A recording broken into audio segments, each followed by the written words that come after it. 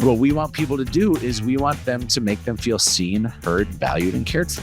And if you're going to do that, it happens in a one-on-one. And if you're going to do that, it's how you make the other person feel. After that is when an automated or copy and paste message is there, but we don't need to give away the farm for free. Welcome to the Referrals Podcast, the show designed to help everyone from the solopreneur to the Fortune 500 company win the referral game. And now, here is your host, Michael J. Maher. Welcome, everyone, to another amazing episode of Referrals Podcast. And you're going, Michael, you always say they're going to be amazing. Am I lying? Have I ever been wrong? Have I ever led you astray? Have they ever not been amazing? And what makes a great podcast? Amazing guest. And we have one for you today. Today, with my special guest, we are going to go into how you can make $1 million without spending a cent. Can you make $1 million without, doesn't it take money to make money? Doesn't it take money to make money? Well, we're going to show you how to make money without spending any money. How cool is that? Like, are you ready for that? I'm ready for that. Now, before I dive into that with our special guest, what I need to do is I got to give a shout out to Brandon Joswiak. He just made this comment about Referrals Podcast. I've listened to a lot of the podcast and have many favorites, but a top one that comes to mind is 344. That is how this transplanted agent got 28 referrals in one day with Lynn Pacelli.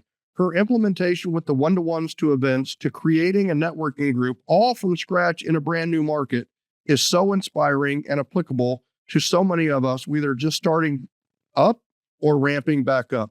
Brandon, thank you so much. And one of the things I love about you there is championing Lynn and your support of Lynn. I'm glad you got a lot of great ideas out of that. For those of you that are newer to the podcast, it's very easy to search and find. You can do it by episode number, like 344, or you can do it by a person's name, like Ficelli, F-I-S-C-E-L-L-I. And bottom line, rate us, review us. And if you haven't yet, if you like what you hear, please subscribe to us in the end.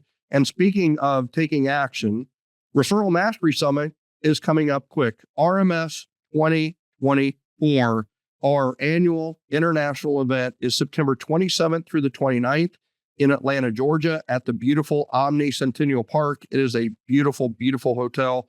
RMS 2024, you can use the code RMS Podcast to get 50% off the general admission ticket right now. We do have 30 some of those available. So make sure that you make that happen. RMS2024.com.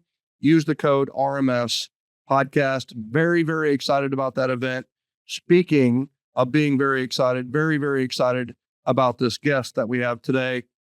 Some words: innovative, entrepreneurial, a difference maker, rainmaker, coach, realtor, lead against the grain, super fantastic, good looking, ridiculously good looking. Oh, those are my words. This guy's name is Erik Hatch. Erik has grown one of the top real estate teams in the country over the last decade, selling over 7,000 homes through his team, Hatch, brokered by Real. The backdrop for all this to happen has been in Little Old Fargo, North Dakota.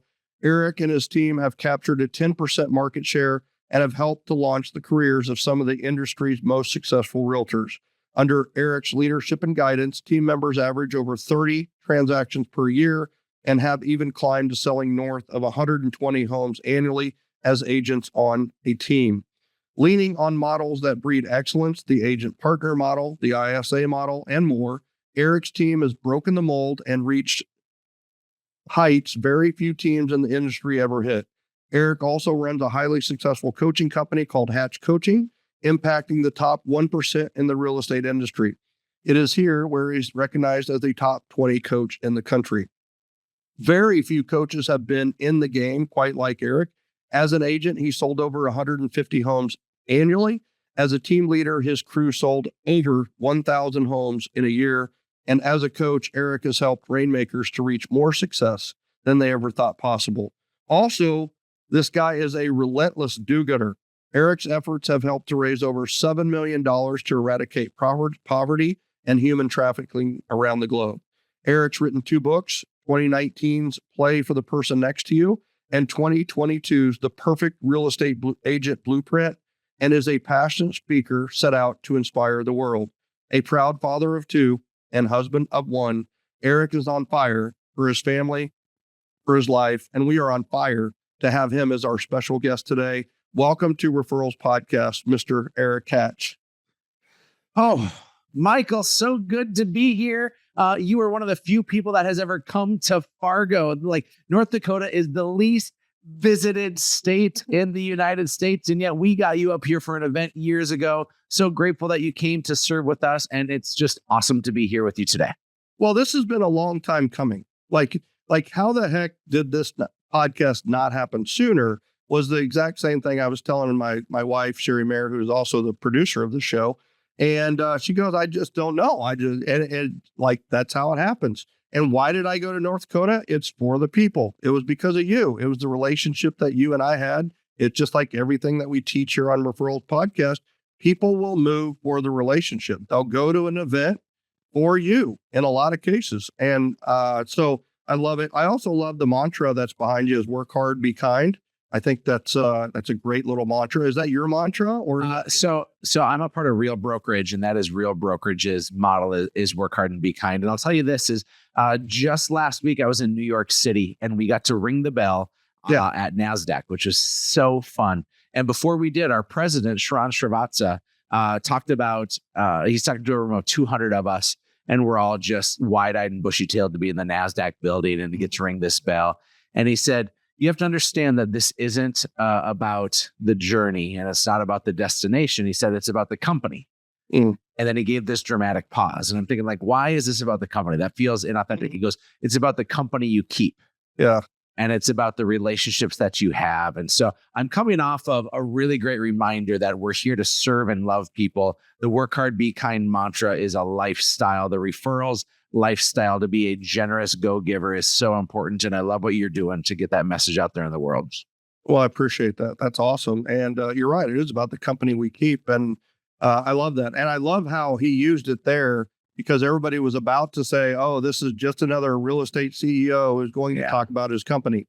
And he nailed it with the relationship element of that instead of making it about the company. So I love that. All right.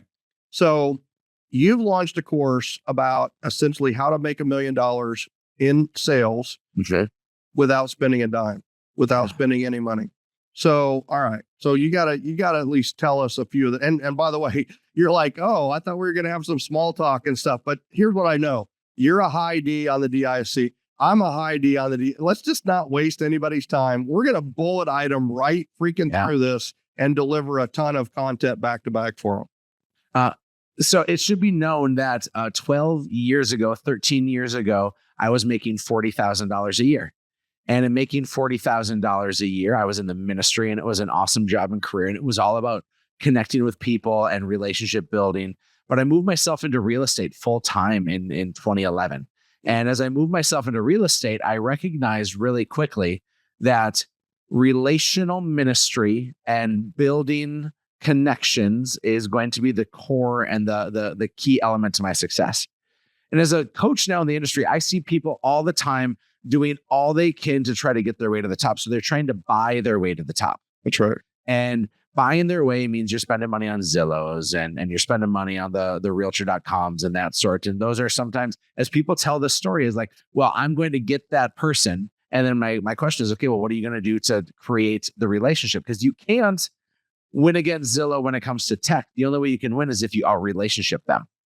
And so I've been on fire to try to say to people, listen, you can make $1 million a year simply based on relationships, not spending your way to the top, but earning your way to the top. And so my story has been this. In 2011, when I went full-time into this industry, my very first year in real estate full-time, I sold 52 houses without purchasing a single lead. And then the next year I started a team, because what do you do when you're really great at one thing is you abandon that skill set and you move to now leading people, which is harder than anything. Right. But that year our team sold 192 homes and I was 113 of those. And those all came from earned referrals and relationships. The next year our team sold 246 and I was 149 of those. And then in 2014, my last year in production, our team sold 411 properties and I was 153 of those. And so altogether, I sold 400 homes without a single purchase lead in a 3-year period. And if we take the average sales price today of about $422,000 nationally, that's a $10,000 a give. I'd actually make $1.5 million a year without buying a single lead. So I just softened it. I said, let's figure out and we can teach people, how do you make $1 million a year without buying a single lead? And I broke this down because for most people, what I just told you is a story that people think that they can't do. There's no way I can sell 52 homes a year. And so it needs to be known, how did I sell 52 in the first year? Because before that, the year before, I did 26 as a part-timer, and then I did 16 the year before and 10 the year before. And so I don't want you to compare your chapter 2 to my chapter 10. Right. Or I was a part-time realtor, Michael, for 5 years. And at the time, I was working full-time at my church with a membership congregation of 4,000 people.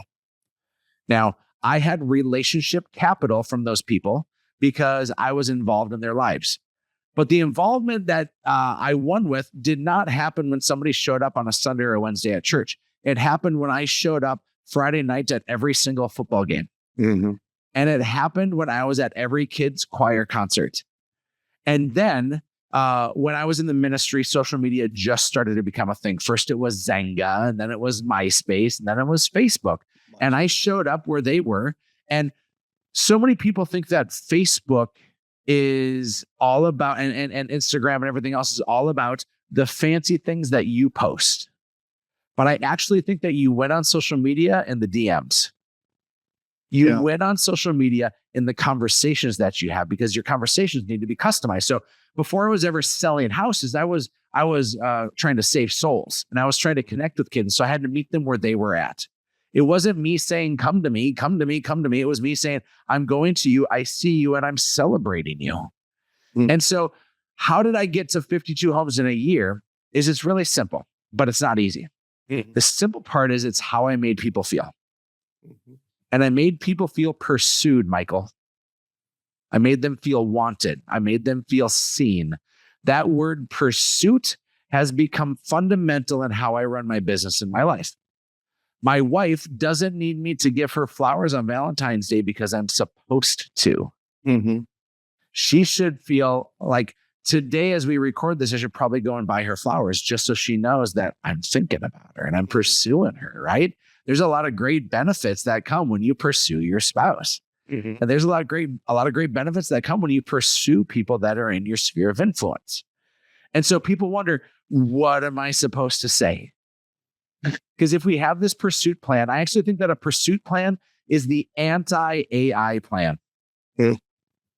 AI and so many real estate conferences and coaches are preaching and teaching, saying, build this automation and build these systems because it will do what you do. And I want to say that AI should be in support of, but not in place of. AI and technology and automated emails and everything else is meant to enhance our relationship and not to detract from our relationship. Let me give you an example. We do the largest pumpkin pie giveaway in the United States, in Fargo, North Dakota. The week of Thanksgiving, we do the largest pumpkin pie giveaway. We go to our local Costco and we buy the $5.99 pies just like everybody else does. And by the way, we taste tested these. It was really a tough day for me when I had to taste test like 8 different pumpkin pies from local bakeries. But we taste tested them. Costco was the biggest and it was the least expensive. And our local Costco had to buy 2 new ovens and hire extra staff through the holiday season because we had so many pies. 2,000 pies we gave away. And here's what we did. And by the way, I want to be really clear to people listening, is I think it's more impactful to give away 20 pies than it is 2,000. Can be, for sure. Is people can feel like they're getting lost in the shuffle when it comes to things like pie days and when it comes to things like client events, is they feel like if they're a number that went through, you're losing that connection. And Michael, I remember reading your book, The 7 Levels of Communication, as like day one of me in real estate. And I'm like, okay, this is like, yes, the Millionaire Real Estate Agent book taught me how to run a team, but you taught me how to connect with people. And so I remember reading that book and I'm like, all right, I gotta I got to pursue people. And so here's what we teach people to do when it comes to the Pi Day is we teach them that the very first call that you make or the very first introduction of it, this is our pursuit plan, is not an email and it's not a copy and paste text message. The greatest thing that we have right now is our voice. Mm-hmm. I'm not talking our voice that we type out with our thumbs or our fingers. I'm talking about literally the emphatic energy that I'm giving you as I'm talking.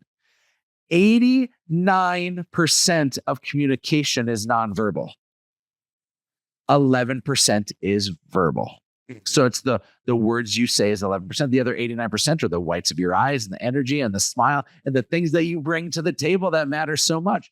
And so we wonder why our mass email and we wonder why our mass text message doesn't land well. It's because we're in a noisy world and people should feel pursued. And so here's what I do, Michael, is I press the record button on my phone. You can send an audio text message through Facebook, through Instagram, or through text messaging through your iPhone or your Android. And you just hold it. And here's what I say. First, I'm going to say it by name. I'm going to say, Michael, what's up, bro? I've been watching your son play baseball. It is awesome to see him win. You must be so proud as a dad. So the very first thing I do, and anytime I connect with someone, is I make it personal. That personal is the way in which you stand out. And I don't think that AI, at least today, is able to do that. Mm-hmm. Next thing, I use a little Phil Jones line. And what I say is, listen, I'm working on something. I'm not sure it's for you, but I wanted to bring it to your attention anyways, right? You give a little tease. Right. And then what I'm going to say is, we have this pumpkin pie day giveaway. And I'm not going to give you all the details, but like, man, everybody loves free stuff. And so if you're interested in a free pie, I just want you to send me back a message that says, give me them deets. Or if you want me to take a hike, I'll go and do so and get my steps in. No worries. But either way, I'm going to keep harassing you until you respond. Mm-hmm. And what I do is I record that message, Michael, and I send that. And that takes me about 45 seconds. I have my list of my A's, my B's, and my C's that I'm going to contact. And I pursue them and I give them my voice. And I did this very early on in DMs by sending custom messages. I didn't have the ability to do nonverbal. Now I'll send videos and I'll send voice memos for almost everything that I do. But back in the day, when I was getting after this, I showed up in people's DMs and I customized a message. And I said the same stuff that I said to voice, but now I use voice to voice because it matters that much more. And the response rate that I get from people, it averages about 65%. One message, a 65% response rate. And so we go to say, how are we going to win in this game and in this industry? Because many of us have to buy business. If you're new or if you don't have a lot of relationships, I think that oftentimes is a limited excuse because you can go and create those relationships. Mm-hmm. And instead you can go and you don't have to buy Zillow leads to win somebody over. But in this, what we want people to do is we want them to make them feel seen, heard, valued, and cared for. And if you're going to do that, it happens in a one-on-one. And if you're going to do that, it's how you make the other person feel. Right. After that is when AI can support. After that is when an automated or copy and paste message is there, but we don't need to give away the farm for free. So I want to take all the things that I've said right now and I want to put it into chapter 1. Okay. Chapter 1 is this, Michael, is if you want to win and grow a large referral network, you need to be remarkable. Being remarkable is not about you being fascinating. It's you being fascinated and genuinely curious about the other person. It's how you make them feel. It's the relationship capital. I got paid to do it, although not well. I got paid to do it in the ministry. And I took those same skills and because dude, I did middle school ministry. Getting an 8th grade prepubescent, horrible smelling boy with a horrible mustache to show up at something where you're going to talk about God, that might be the hardest sales pitch in the world. And so how do I get that kid to show up? Well, I meet him where he's at and I talk about the things that he's interested in. And I don't tell him, come to this Bible study. I instead say, tell me what you care about. That's right. And so I took that as a foundational piece and then I turned it into a business plan. So here's what my business plan was. This is what I have built my entire empire on. To say empire sounds weird, but it's a cool Cool tagline. So how did Erik Hatch build his empire? I built it by a cage, CAIG. Because the only way we win in this industry is with conversations. And so I created this acronym of CAGE. That's the reason why we call our people. I think it is detrimental to call people and ask for a referral. I think it transactionalizes a relationship. I think that our pie days and client events end up unintentionally transactionalizing somebody when you copy and paste a message to them. If you don't start with the voice to voice or the voice memo connection, I think that it is dangerous to invite someone without the customization on it first. Right. And so here's what I do with Cage. I set up a standard for myself that I was going to have 20 conversations a day. That was my standard in my business. That's how I went from 52 SOI deals to then 113 to 149 to 153 in a 4-year period. By the way, I did all that without a showing partner. I did all that without a DocuSign. This was just Erik being relentlessly dedicated to his clients and a wife that was very patient. This was before I had kids. Now that I've had kids, like, hell no, I'm not doing that again. You're a machine. Oh, no doubt. Referral generating machine. So 20 conversations a day. Yep. And your acronym is CAIG, CAIG, right? Because people get stuck to say, what am I supposed to say? Because I don't think you should ask for a referral. I think you should be worthy of earning a referral. That's right. And so, yeah, I mean, here's the other thing too about that, right? Is we're so in alignment on all this is that, I don't believe that we're in business to make people feel awkward, right? I believe that we're in business to make people feel awesome. And it's like, would you rather feel awkward or feel awesome? Well, everybody would rather feel awesome. Well, isn't it awesome when you make other people feel awesome? Don't you feel awesome when you make other people feel awesome? And it's like, yeah. So what if you could have an entire business methodology where you make people feel awesome, which makes you feel awesome, which grows this awesome business, versus making people feel awkward, which is what asking for referrals or asking for business or being super hyper direct and quote unquote asking for what you want. I love this. You're nailing it. And like you said, it's about being remarkable, and that has nothing to do with being fascinating or beautiful or gorgeous or impressive or whatever it may be. It's 100% like, Dale Carnegie started in How to Win Friends and Influence People. He said, it's not about being interesting. It's about being interested. And like you said, and I'm quoting right here, it's not about being about fascinating. It's about being fascinated by others and curious about others. I love that. Genuinely curious, right? The ABCs of sales, we always learned were always be closing. Yeah. But it should be always be curious, connecting, and collaborative. Yeah. Right. I think that there's a modification of that. Yeah. So here's what Cage is, because if you're wondering, okay, I know I need to call people. I know I need to message people on social. I know I need to land in someone's inbox. And the goal is to be fascinated with them. And so I created the acronym CAGE because it became memorable for me. The C is to compliment. Yep. And a compliment is really easy to do. In fact, when Michael and I started chatting, I immediately complimented him on his son, right? That's a natural thing for me because I'm paying attention. And social media gives us a window into someone's life of how they're winning and how they're showing up. I will tell you this, my father-in-law passed away a couple of months ago, and it's been really hard for my wife and my kids, and we've been in this tough spot. But you see who shows up at funerals more than you do at weddings. Right. So although compliments matter, showing up in the pain also matters. And I want that not to be lost on people, because I think the younger generation who maybe hasn't experienced, look at me, it sounded like a boomer here, but I'm here for it. The younger generation and kids these days don't know the importance of funerals and showing up and being there. And you remember when people show up in those things, but in the compliments as well, you can't just show up by posting on someone's wall. And you can't just show up when it's someone's birthday by saying happy birthday. Here's my favorite birthday hack is Facebook tells me when your birthday is. And so the day before, I should either send you a voice memo, which I will do. And I'm going to say, Michael, man, happy birthday. I know it's a big day tomorrow and everybody's going to be giving you gifts, but I want to give you the greatest gift you've ever given. I'm going to send you a link. And when you click on that link, you're going to see the 700 places in the United States that'll give you something free on your birthday. I'm too cheap to buy anything, but here's all the places you can get something for free.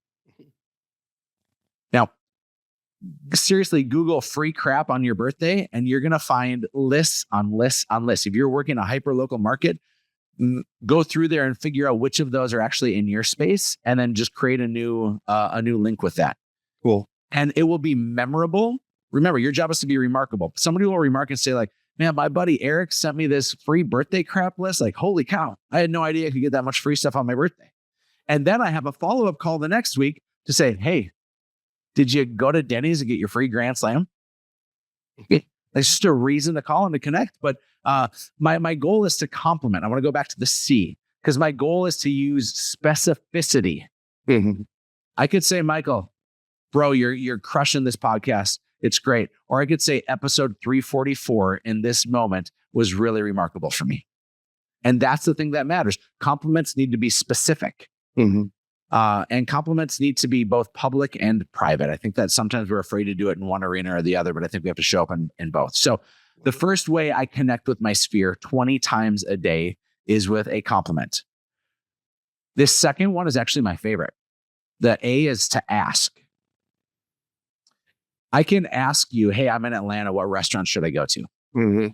And that's super easy for you to be like, well, you should go check out this on Peachtree. I'm like, there's 40,000 Peachtrees. Can you be a little more specific? But nonetheless, you can ask about that. You can ask somebody's opinion on things that you know that they care about. Michael, I know you care about baseball. I'm thinking about getting a new bat. What brand should I be looking at? Mm-hmm. Awesome. But here's the ask that I think is even more valuable. Hey, Michael, I'm working on this new business idea. I'd love to get your insight on what you think would work, or what do you think is a red flag? When I'm asking for his opinion on something that I'm building or that I'm working on, he becomes invested in my success. He becomes an ally instead of an adversary. This works with people on your team. This works with people who you are in contention with. If I was in a frustrating conversation with Michael, I'd be like, hey, Michael, can I get your opinion? What's something I can do better or different? Mm-hmm. Hey, I'm new to real estate. And we're afraid to call people when we're new in real estate.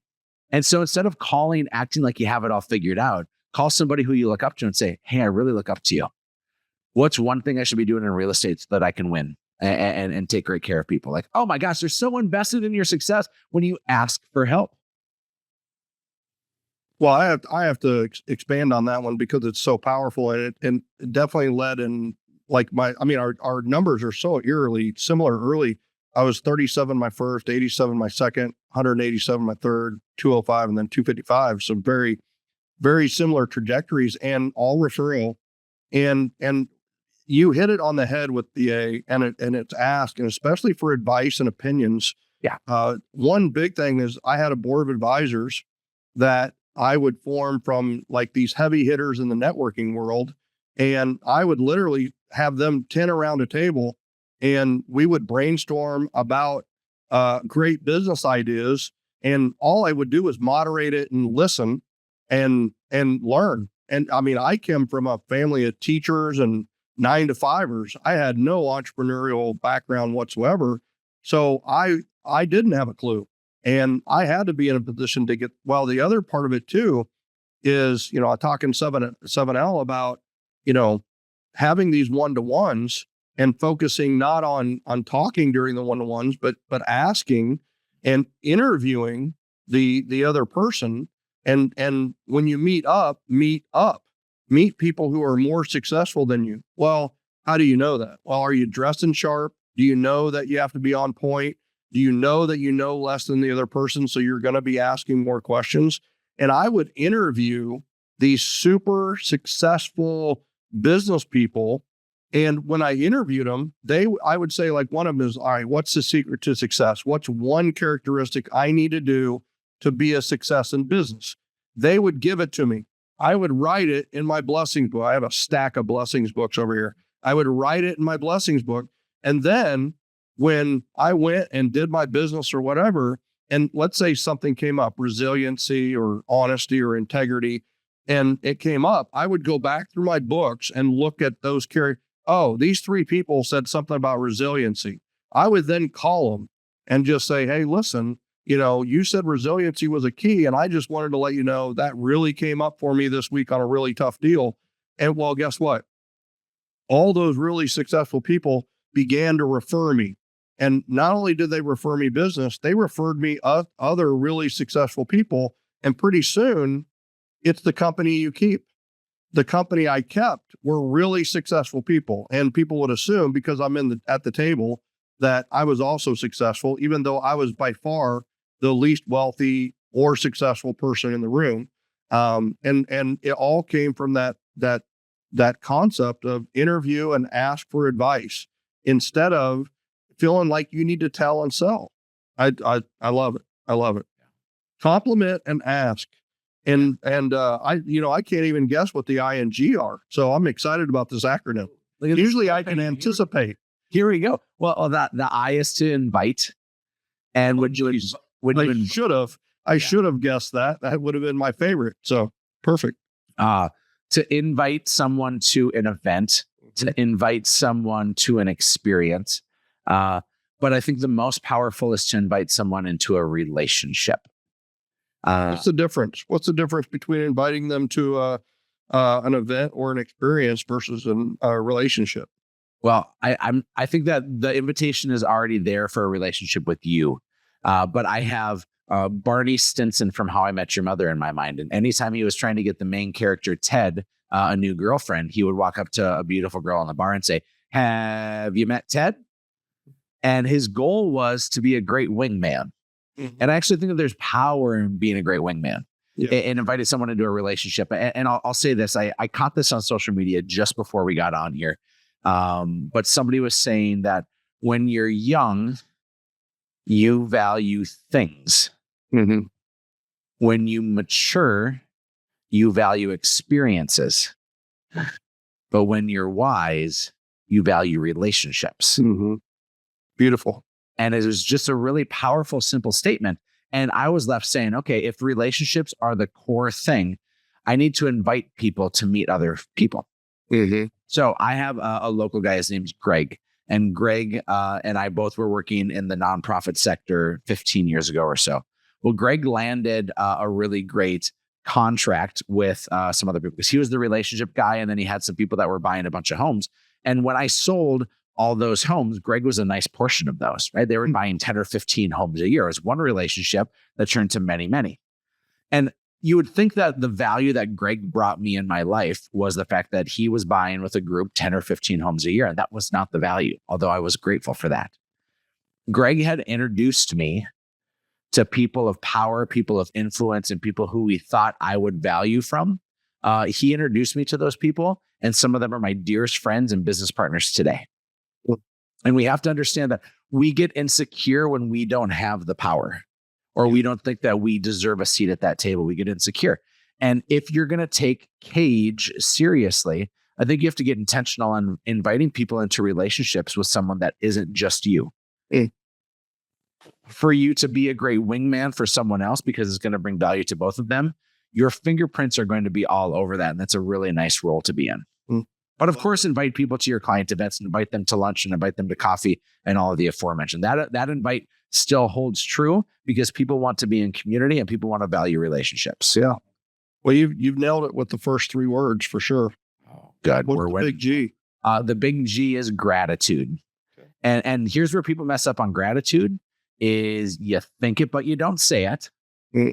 And when you do say it, you're not specific enough.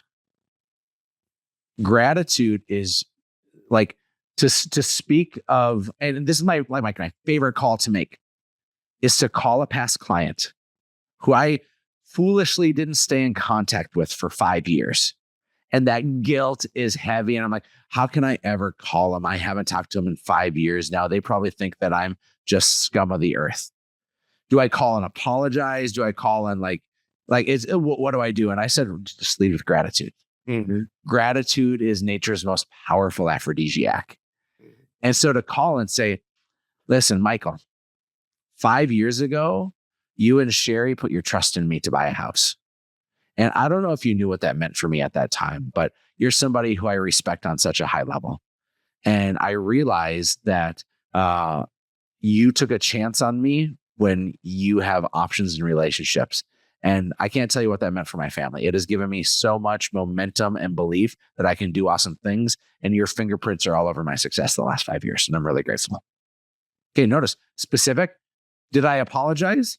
No, but I showed up. And I promise you, when you lead with gratitude or you lead with an ask, all of a sudden that person is no longer against you, they're for you. And I think that gingerly we're trying to navigate through, well, I didn't have a great relationship with this client, or I didn't stay in contact with them. And so we're making decisions for them when we shouldn't. And instead we need to show up with the confidence to just be grateful for them.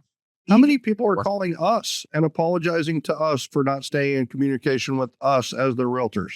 The answer is nobody. We should not be calling and apologizing. And here's the other thing.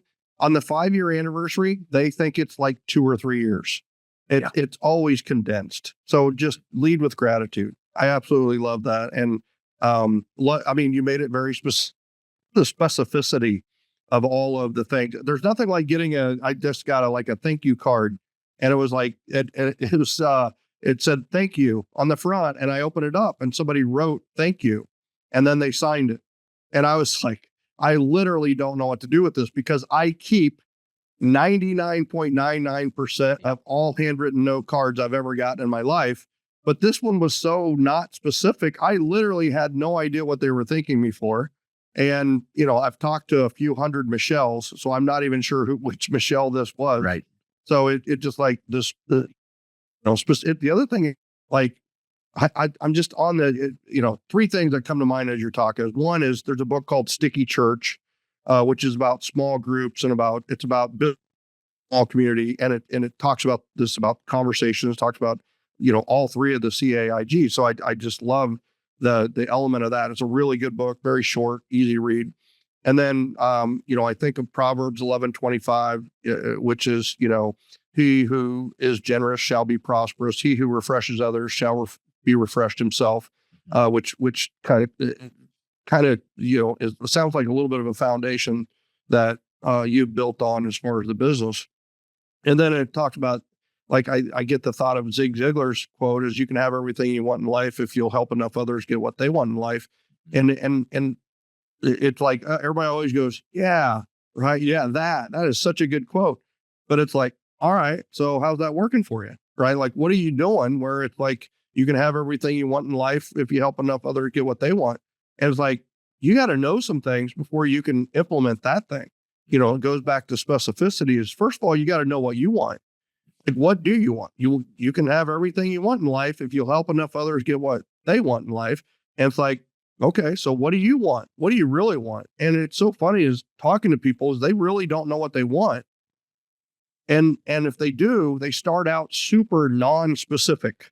And it's like, nail down. And that's something I've learned from being mentored by Gary Keller is like, get ultra specific with what is that you exactly want. And the more specific you are, the more likely you are to receive it at some point, or at the very least, you're going to know that you got it because you know what it is. And then it goes to, all right, you can have everything you want in life as long as you help enough others get what they want. Well, then you got to learn what other people want. And do you know what they want, or do you like just assume what they want? And it's like, no, you got to be specific. You've got to ask them questions to find out what they really want. So you just lead to a lot of powerful concepts with this. And so, have you given us the secret here, the 20 conversations a day, and we make our conversations based around the acronym CAGE, and this is going to lead us to making $1 million without spending a dime? Did you just encapsulate the secret of all this to us? Yes, I want to give you just one other thing, because if you're in relationship and in rapport with people, and we use our client events as this piece, because if we did our client events the right way, we pursued people 5 or 6 or 7 invites just to get them to say yes, to then show up at our event. There is the after event piece just like the after seeing someone piece, just like any other connection. It's the phone call afterwards that is setting you up for an ask. And many people choose not to go down this path, but I have chosen to, and it has provided me a lot of fruit. So after our pie day, if we keep that as the topic at hand, what I do is I make sure I give a gratitude call afterwards. Hey, Michael, man, I'm so grateful that you stopped by to get the pumpkin pie. How was Thanksgiving? I know you were going to your in-laws, which makes you cringe a little bit. How was that time? Oh, it was great. No, we had a wonderful time. Super cool. Hey, Michael, if it's okay with you, next week, I want to have a business conversation. 2 minutes is all the time I need. Are you all right if I give you a call next week? Sure, that's great, right? I got permission for a business conversation. And what I've learned over the years is that we have to identify the hat that we're wearing with our relationships. I learned this in a really hard way because my broker for my team, he serves on the state legislature for the state of North Dakota. So every 2 years, he would be gone for 4 months because they would be in session. North Dakota is a small state, and so not a lot of population. And so it's a part-time job for him. And when he would go away, I would have to be broker for 4 months. And I hold my broker's license, but it's like the worst role on earth for somebody like me. And I had an agent named Kyle who misstepped. And so Kyle sat down and I had to do the broker thing where we talked about the mistakes that he made and made sure that he didn't make it again. And afterwards I said, Kyle, how you doing? He's like, oh man, that sucked. I'm like, I know, but I had to rub your nose in it. Like we had to work through it. He's like, no. He's like, you were always my cheerleader. You were my broker there and I hated it. And I'm like, oh shoot. So I went to my coach and I'm like, what did I do wrong? He's like, did you tell Kyle about the hat that you were wearing? I go, what do you mean? He goes, did you literally tell Kyle, hey, Kyle, I have to put my broker hat on here for a minute? Yeah. And so it gave me a framework in which I could have and facilitate other conversations. So now going back to the client event, Michael, when I asked for permission in that gratitude call to have a business conversation next week, here's how the call looks. Hey, Michael, it's Erik. Listen, I know we talked about having a business conversation and I just need 2 minutes of your time. I had this happenstance come down a few weeks ago, and I felt like I failed my family. Here's what happened is my buddy Tina said that she referred me to a coworker, and that coworker never called me. And I realized I let Tina down. I let that coworker down. I let my family down because I never taught Tina how to give me a referral. And so I don't know if you think I'm worthy of getting a referral, but if that situation ever arises, the best way you can ever give me a referral is by sending a 3-way text. It's just that easy. I want you to text me with the person who you're referring to because I want to make sure I don't let you down. And that's it. So I've never asked for a referral in my life, but I've taught people how to give me a referral. And then I just tried to be referral worthy. I tried to be somebody that made them feel pursued. I tried to be somebody that used this 20 conversations a day to show up to make somebody feel heard, seen, valued, and cared for. And then I taught them, if it ever came appropriate, how to give me a referral. And the floodgates opened with referrals from people. So that's how I made over $1 million a year without spending a dime. You'll love that. I mean, the fortune is in the follow-up, right? So how many referrals would you typically get per year after the pie day, utilizing that kind of step process, right? The gratitude call. Hey, I'm going to have a business call with you later, then the business call, and then talk about like what would happen around. I mean, I'm guessing that those very often did not result in an immediate referral, 100%. but had a residue effect for maybe a week or two after that.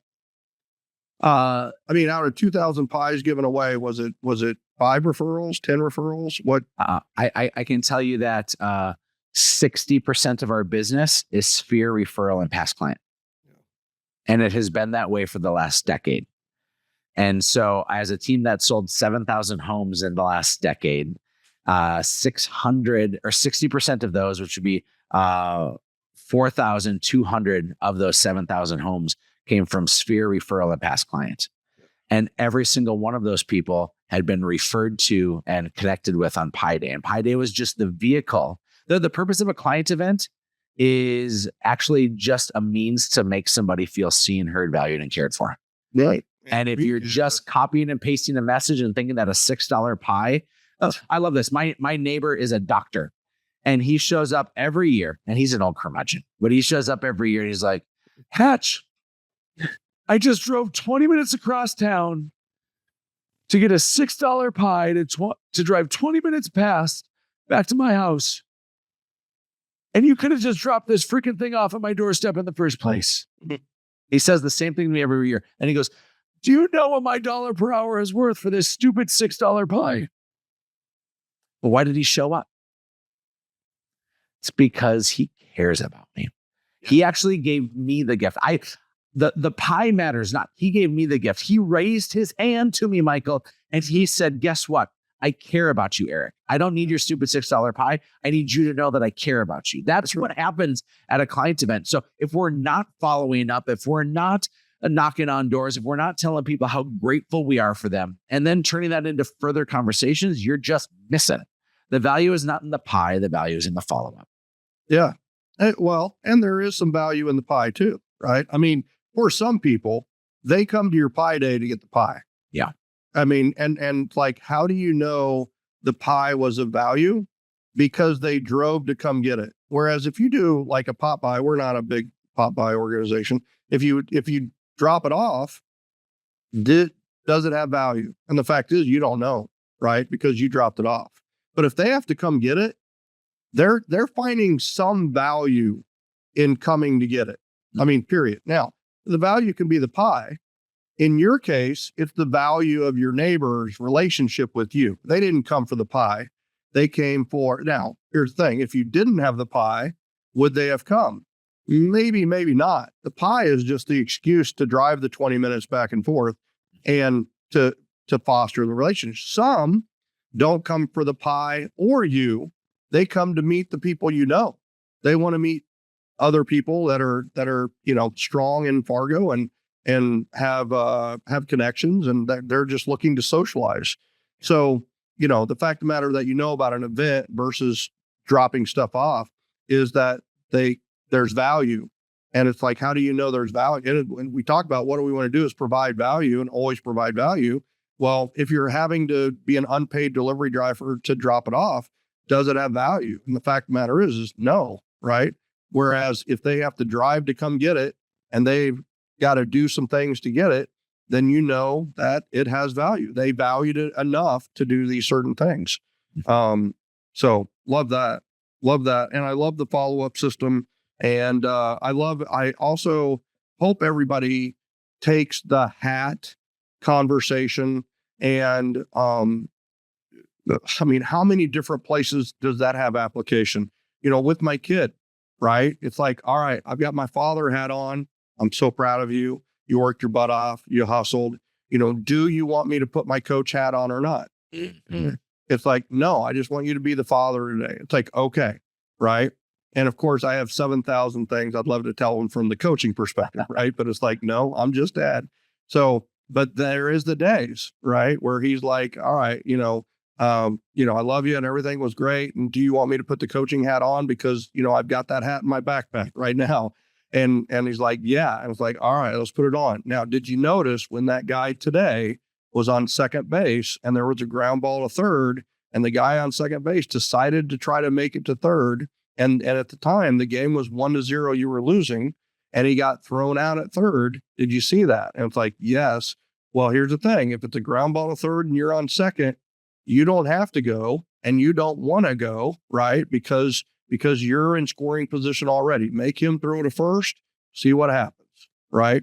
And it's just like, all right, that's all I wanted you to notice, right? And try to make it as painless as but it's just like, I mean, my wife and I work together, right? She is the COO of Referco, and I am the person that works for the COO of Referco. So, it's like, all right, do we have, it's 10 o'clock at night. She's asking me about the banners for a big speaking engagement I'm doing in Miami. And it's like, all right, do we need to put our work hats on right now at 10 o'clock at night, or can we schedule this for our meeting in the morning? Right. So that hat thing is a humongously critical thing for relationships. And guess what? There's sometimes when they don't want us to put the coach hat on. And there's sometimes that they don't want us to put the broker hat on at all, and there's sometimes they, you can only coach the coachable. You can only help the helpable. So so much, how'd you get so much wisdom at such a young age? Like, is it the foundation in the church, brother? Is that what, what? God has forever imprinted so many important things in my life. And I'll say this, Michael, my goal is to be the most coachable person in the room, no matter what. And I love the compliment of like, hey, I know what I'm talking about, or I have wisdom and that sort. I show up every single time and I'll be like, hey, what can I do better or different next time? Like I consistently want to be the most coachable person on earth, because if other people's fingerprints are on me, they're invested. And I also think that iron sharpens iron. And so I just make sure that I'm showing up to get sharper every time. Yeah, I love it. I will say that one of the biggest things that dampens relationships is when the ego gets in the way and both of them feel like they need to be the smartest one in the room, or they both, that's why you don't see collaborations at the top with some of the bigger speakers, right? Here's the thing. You invited me to speak. We've spoken and shared the same stage. We both have speaking, training, coaching companies, right? And it's like, what kind of person has to just like put the ego on a backside and just say, guess what? And you know what? I probably sold more of your coaching for you at your event than you did. Don't take that wrong, but I was there like, you got to sign up for this guy. Like he's crushing it. And it's like that collaborate. First of all, and also I've been in scenarios where like people wouldn't even endorse my book because they felt threatened by the teachings of it. And it's like, okay, it's all good. But it's like, I think that is that mature and wise is to go beyond the ego. And a lot of times when you think that, out of scarcity, that there's going to be a problem, you really limit yourself. The scarcity that you feel is actually your own scarcity that you're going to be limited by in the long run. So, love the collaborative approach. Love the whole thought of partnering is more powerful than competing, right? So that's good. Any other further words of wisdom before we wrap up this? You've shared with us. It really is 20 conversations. That's what people need. No matter what sales you're in, no matter what business, you have 20 conversations a day where you're providing value, generosity, you're giving, you're helping, and you're also an appreciative receiver when they're ready to give to you is the secret. I truly believe you've hit it. But thank you, Maher. Before you give the wisdom, like you and I are preaching this same thing, right? It really is about but it falls on a lot of deaf ears. Yeah. They want AI to be the answer. They really do. Or they so want an ISA AI that is named hate to solve all of their problems.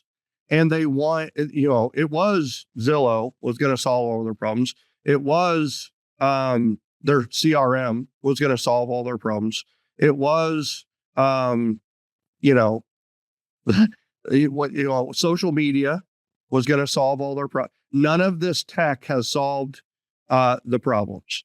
Like, how do we get the message out? Or why do you think more agents aren't receptive to just freaking doing 20 conversations a day? Because it's not a magic pill. But it is. It is. I got listen. This is the prescription. And see all the pills in here? There aren't any. That's the magic pill. Listen, as a guy who's battled weight my entire life, there's never been a shortcut to caloric deficit and exercise. There's never been a shortcut. There are accelerators for it. There's other things, but if you want to lose weight, it's a caloric deficit and that's exercise. There's literally no other way on earth.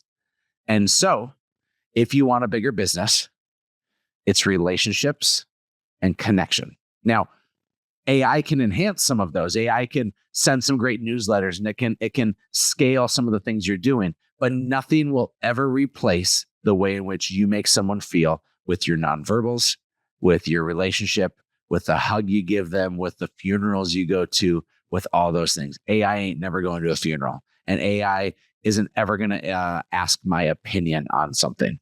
No. But you can. Yeah. Love it. It's another tool, right? It's a tool that supports the relationships. You can help people with AI, right? Somebody has a problem. You go to AI and say, if I had this problem, what are some solutions? It gives you some solutions. You can send that over to the person, and that's a way you can help them, right? I just, I mean, it really, we really, and here's the thing that I don't want listeners of this podcast, and we're preaching to the choir a little bit, because those that listen to Referrals podcast are in growth mode and understand the power of relationships. But there's going to be maybe some new, or maybe some that are still resistant to the 20 conversations a day conversation. But it's like, I really want to emphasize that this is the answer to making $1 million without spending a dime. That is the answer. It is. And no ifs, no ands, no buts. It's the secret. It's the solution. It's the pill. And all you've got to do is execute it. Start tomorrow with 5 conversations. Mm-hmm. Next day, do 10. Next day, do 15. See if you can get 20 in that 4th day, and just see what happens. Do not undervalue the wisdom that has been shared on this podcast. That's just what I'm going to say, because they're going to want to. And you gave them the framework with the cage for those conversations to make a huge impact, make people feel awesome, not feel awkward. And Erik, I like I said, long time coming. And I guess everything happens in perfect time, and everything happens for a reason. And you nailed it with this. I just really, really appreciate you being our guest today here on the Referrals podcast. It's an honor. God bless. Ladies and gentlemen, this is it. You just got it. This is the one to listen to over and over and over again. Maybe this is your morning 50-minute walk to every day to get inspired to doing your 20 conversations. So you listen to this, you get dressed, you get ready, and then you do your 20 conversations. Next day, you listen to this same podcast, and you're going to find something different in it. I've read How to Win Friends and Influence People 22 times. Every time I've read it, I get something different out of it. That's how thick this podcast was. I hope you take that to heart, and you make this the one that you wake up to. This is the one you do your walk on. This is the one you do your stationary bike, your treadmill, your elliptical, and then you go execute. Just do that. Stay away from the noise. Stay away from the tech. Stay away from all of the shiny objects. Don't get shiny squirrel syndrome, right? Bottom line is stay focused, make the conversations, and pretty soon you'll be right there at that $1 million mark like you want. Ladies and gentlemen, I hope that you don't undervalue the power of the message of this podcast. I've enjoyed it. I hope you've enjoyed it. I also know what's on our next Referrals podcast that also goes well in tune with this one. So if you like what you've heard today and you want to make sure you catch that one as well, make sure you hit the subscribe button. If you liked what you heard today, please rate us. Please review us. When you review us, do yourself a favor, put your real estate contact information, put your whatever business you are contact information in the review, because you know what people that listen and watch Referrals podcast do? They do referrals. So they want to refer you. So make sure in the review, you put your information just like Brandon Joswiak did. So that's it. Today, I appreciate all of you. Make sure that you check out rms2024.com before you leave today. rms2024.com. Come to Referral Mastery Summit in beautiful Atlanta, Georgia in September 27th through the 29th. We will see you there, and we will see you next time on Referrals Podcast. See you, everyone. Love you. Appreciate you.